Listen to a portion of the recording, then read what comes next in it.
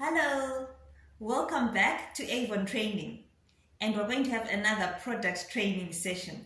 In the previous session, we spoke about expiry dates on our Avon products. I want to follow up on that and talk about the issue of selling products without samples. Now, there are two scenarios in which you will not have samples. Either A, you want to sell a product that Avon does not produce samples for. For example, this lotion here, this roll-on does not have samples. The shave gel does not come with samples.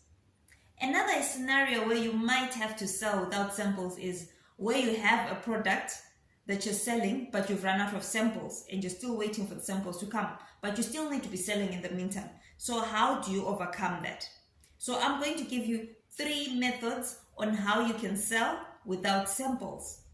The first method is called the buy it to try it method.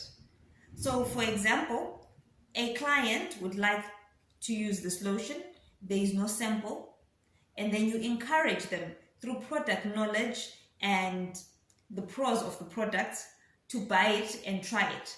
Now, if you're going to use that method, please make sure you get the client's contact number and encourage them to come back to you with feedback, whether the feedback is positive or it's negative. The thing is, as a sales representative, you're not going to be able to try each and every product, though I am trying. You may not have the opportunity to try each and every product, but if you have a lot of feedback from clients, you now know the pros and cons and also how to use the product. The second method is self-sample method. Now, the self-sample method is where you give clients samples that you've bottled yourself. Now, make sure that you label these very well.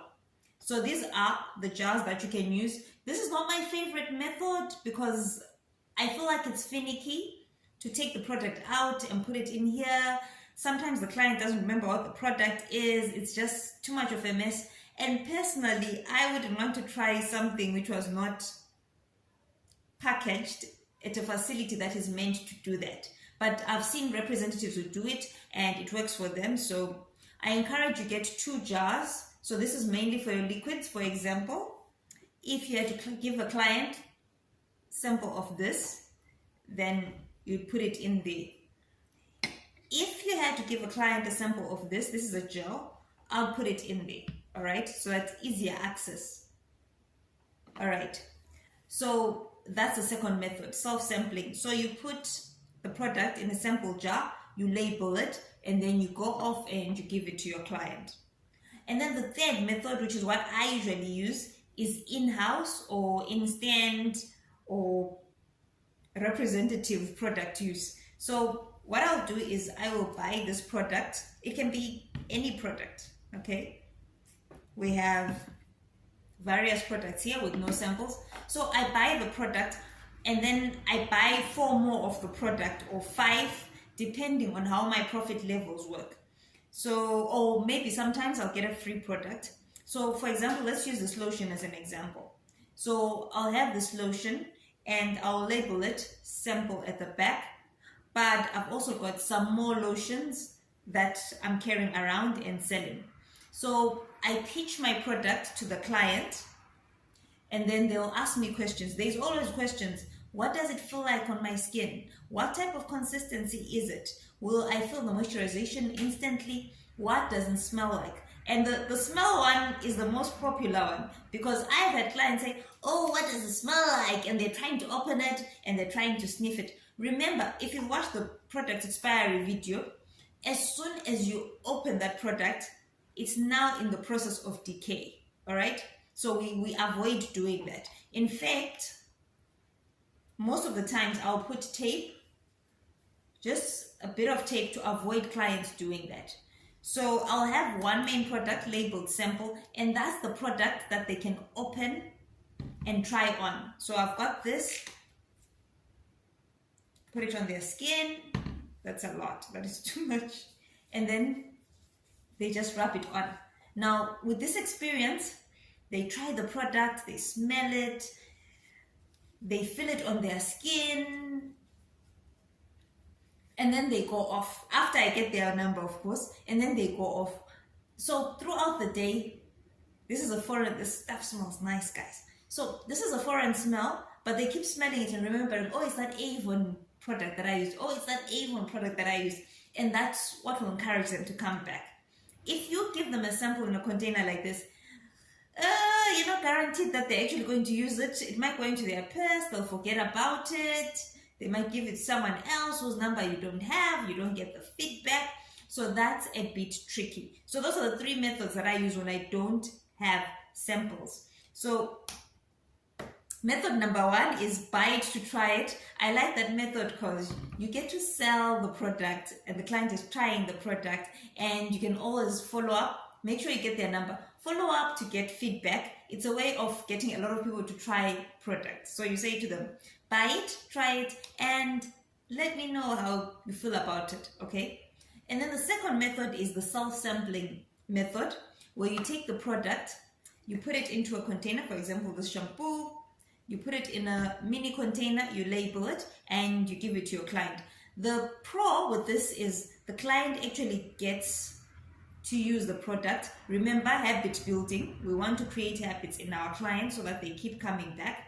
So it actually helps promote a habit with the client, assuming that they actually use it and they don't pass it on to their kids. And then the third method is the in-house sampling. So I always have a full-size sample product for the client to use. And with this method, what you're basically doing is you're buying one of the products as the sample. Or maybe sometimes the one product might be one that you're using. For example, I'll give you an example.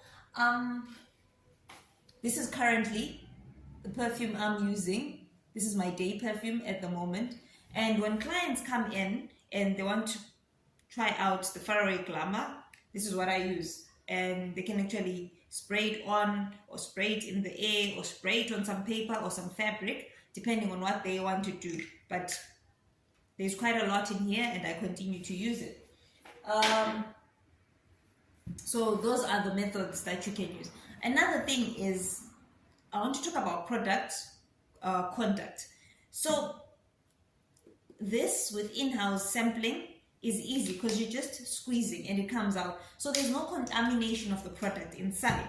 Now, when you come to things like your roll-on deodorant and your creams in the tub, it's a little tricky. So if you want to do in-house sampling, I would say get a bag of spatulas for this product here. That way, you can open it, you use the spatula to take it out, and then you apply it on the client's skin, and then immediately, you should have a bin with you, immediately throw away the spatula, because you don't want the client thinking that you used that same spatula on someone else's skin. So immediately throw the spatula away. I actually discovered that from an ice cream place. There's an ice cream place in Highland Park or something. It's out of town, and you get to taste the ice cream. So they give you a little ice cream on the spatula, and as soon as you use it, they give you a little bin, like throw it in here. So that encouraged me to know that, oh, okay, that same spatula is not being used for someone else. So let's talk roll-on.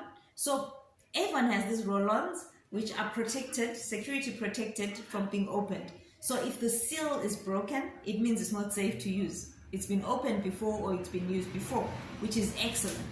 But I always have one open sample for my clients, and the sampling is not for them to use directly on skin. So with products like these, you don't want it to be used directly on skin. So what you do is you open the product for the client and then they sniff it. It's all about the smell, all right? This is a fragrance product. We do not want the roll-on deodorant making contact with someone's skin. And with products like these, I always keep usually at the back. Seal products are at the front.